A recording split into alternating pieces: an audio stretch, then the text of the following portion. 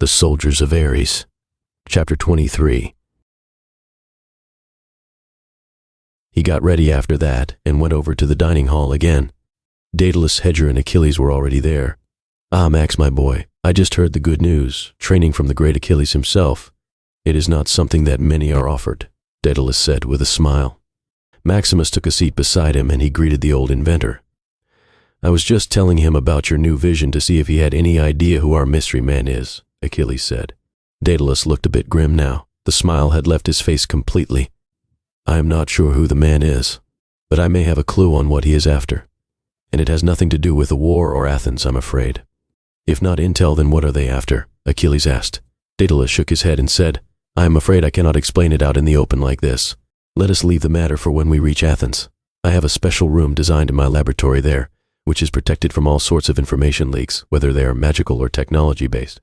I am afraid I can only discuss the matter there. This information is a bit too critical."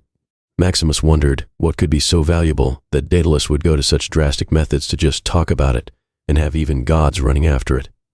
But he knew there was no point asking now, and so they decided to drop the subject. They talked for a while after that, but then it was time for Daedalus to leave. Ajax joined them for dinner, but there was still no sign of Rex. Maximus wasn't too surprised by this, since fitting bionic limbs sometimes took nearly a month. And since they had only a week here, he was sure Hephaestus was not going to waste any time, but still Maximus wished he could at least visit him. But Hephaestus was very strict about letting people in his labs, and the only ones among them allowed to enter them were Ajax and Daedalus. Ajax joined them for dinner, which was extravagant as usual. He told them stories of him and Achilles during the war, and would have told them about all the women that had fallen for Achilles too if Achilles hadn't kicked him in the leg with his bionic one. "This guy really never knew how to take a compliment," Ajax said, rubbing his leg. They left for bed after that, and Maximus was really glad when he got to lie on his bed again after a very tiresome day. He slept off a bit disappointed that he would have to get up at 4:30 again the next morning. The next couple of days went in the same method. Maximus spent most of his time training, stopping only in between for food. They had visitors in the gym sometimes. Ajax came in once to tell them how the truck was coming along. He stayed for a while and gave a few pointers himself about weapon balance. Hector visited often enough whenever he got bored of playing video games and stuffing himself with junk food. Even Daedalus came by once when he had his head screwed on, and he informed Maximus that Rex's bionic transplant was going well and nearing completion. Maximus still hadn't seen him in the last few days, and Daedalus had told him Rex wasn't even allowed to leave the lab. They had reached the end of their third day of training, and Maximus was doing the meditation thing again with no real progress. That's when he remembered that he still had to do the quest which the voice had given him. "Achilles, is it all right if I take tomorrow off?" he asked. Achilles narrowed his eyes and asked why. "Well, I just wanted to visit the city again," Maximus said. "What for?" Achilles asked. Maximus really hadn't thought this through, but he said, "It's just that I was saving up for a sword before, but now that I got this one, I thought maybe I could get some decent armor. You said it yourself, the one I have now is not exactly great." Achilles nodded and gave him permission. Maximus was not really planning to buy any armor, but it looked like he would have to now since he had already told Achilles. He just hoped he had enough time for all this after visiting the volcano. Maximus got up early the next morning as well, mainly because he wasn't sure how long everything would take, but also because he wanted to leave before Hector woke up. The thing was, Hector might want to come along with him to the city, and if that happened, then he would have to explain why he was going towards the volcano, and that explanation would have to be a lie. He really didn't want to lie to his friends more than he had to.